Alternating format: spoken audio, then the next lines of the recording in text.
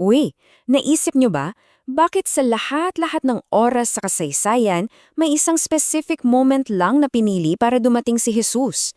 Parang, bakit doon? Bakit hindi mas maaga o mas huli? Well, hindi yan siyamba. May malaking kwento sa likod niyan at yan yung aalamin natin ngayon.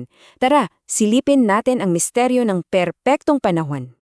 Alam nyo yung feeling na naghihintay kayo para sa isang bagay na sobrang espesyal, kunwari, birthday mo na bukas o kaya Pasko na. 'Di ba parang ang bagal ng oras, ang tagal-tagal. Ganyan mismo yung naramdaman ng buong mundo, pero hindi lang para sa isang araw, kundi sa loob ng libu-libong taon. May hinihintay silang napakahalaga. So yung kwento natin magsisimula pa sa pinakaumpisa, kina Adan at Eva. Right after nilang magkamali, doon mismo nangako agad ng Diyos. Sabi niya, magpapadala ako ng tagapagligtas. At simula noon, doon pa lang sa hardin, nagsimula na yung, grabe, napakahabang paghintay. Tingnan niyo to, hindi to usapang ilang taon lang ha, libo-libong taon yung lumipas. Isipin nyo, yung lolo ng lolo ng lolo ninyo, tapos yung lolo pa nila at marami pang iba, lahat sila naghintay. Ilang henerasyon yung dumaan, nabuhay, tapos namatay na umaasa sa pangako. Pero wala pa rin. Ang tagal, di ba? Kahit na may mga kluha, may mga propeta tulad ni Daniel na nagbibigay ng mga pahiwatig kung kailan, pero grabe pa rin yung tagal.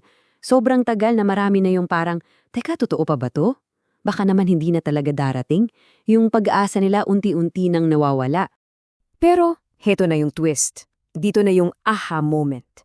Habang lahat ng tao ay busy sa paghihintay at pag-aalala, hindi nila alam na sa likod ng lahat na yon may kumikilos pala, ang Diyos. Para siyang alam mo yon, isang movie director na dahan-dahang inaayas yung buong stage, inihanda ang lahat para sa pinaka-grandiosang eksena. Okay. Unang-unang piyesa ng puzzle, yung Roman Empire. Isipin nyo, dahil iisa lang yung gobyerno na namamahala sa napakalaking lugar, para kang may world passport. Pwede ka mag-travel kung saan-saan nang mas ligtas. At yung mga balita, sobrang bilis kumalat, parang viral post lang sa social media ngayon. Click-click, alam na ng lahat. Tapos, yung pangalawang piyesa, yung wika. May isang common language noon, Greek. Parang English natin na yon. So kahit taga saan ka man, malaki yung chance na may iintindihan mo yung kausap mo. Imagine, pag may super important kang sasabihin, hindi na kailangan ng translator. Direkta na, gets agad ng lahat. So ayan na, nakikita nyo na ba kung paano nabubuo yung puzzle? Yung mga piraso nagdidikit-dikit na. May isang gobyerno para madaling mag-travel. May isang wika para magkaintindihan lahat. At eto pa, pati yung banal na kasulatan nasalin na para mabasa ng mas maraming tao. Perfect, diba? Handa na ang lahat para sa isang napakahalagang mensahe na kailangang kumalat at kumalat ng mabilis. Okay, so sa labas, parang perfect na lahat, no? Maayos na ang sistema. Pero, may isang malaking pero. Kahit konektado na ang mga kalsada at mga salita, may isang bagay na hindi konektado, yung mga puso ng tao. Handa na ang mundo, pero yung mga taong nakatira dito, may malaking kulang sa loob nila. Pagod na kasi ang mga tao. Sawa na sila sa mga Diyos-Diyosan, sa mga paniniwalang parang wala nang sagot sa mga tanong nila. Alam niyo yon, parang may butas sa puso nila na kahit anong gawin nila, hindi mapunuan.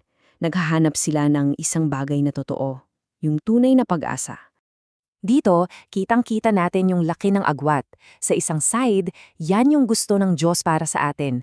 Puno ng pag-ibig, pag-asa, yung katotohanan. Colorful. Tapos sa kabilang side, yan yung nangyayari sa mundo. Malungkot, nakakatakot, at nakakalito. Ang layo ng itsura, di ba? So pag sinabing umabot na sa sukdulan, ibig sabihin, grabe na. As in, rock bottom na yung sitwasyon. Punong-puno na ng pagdurusa at kadiliman ang mundo.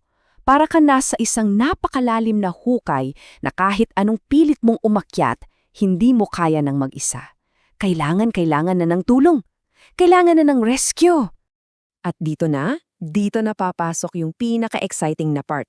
Dahil sa kabila ng lahat ng kadiliman na yun, may isang parang dambuhalang orasan sa langit. At yung orasan na yun, malapit nang tumunog. Kasi may itinakdang eksaktong oras ang Diyos para sa plano niya.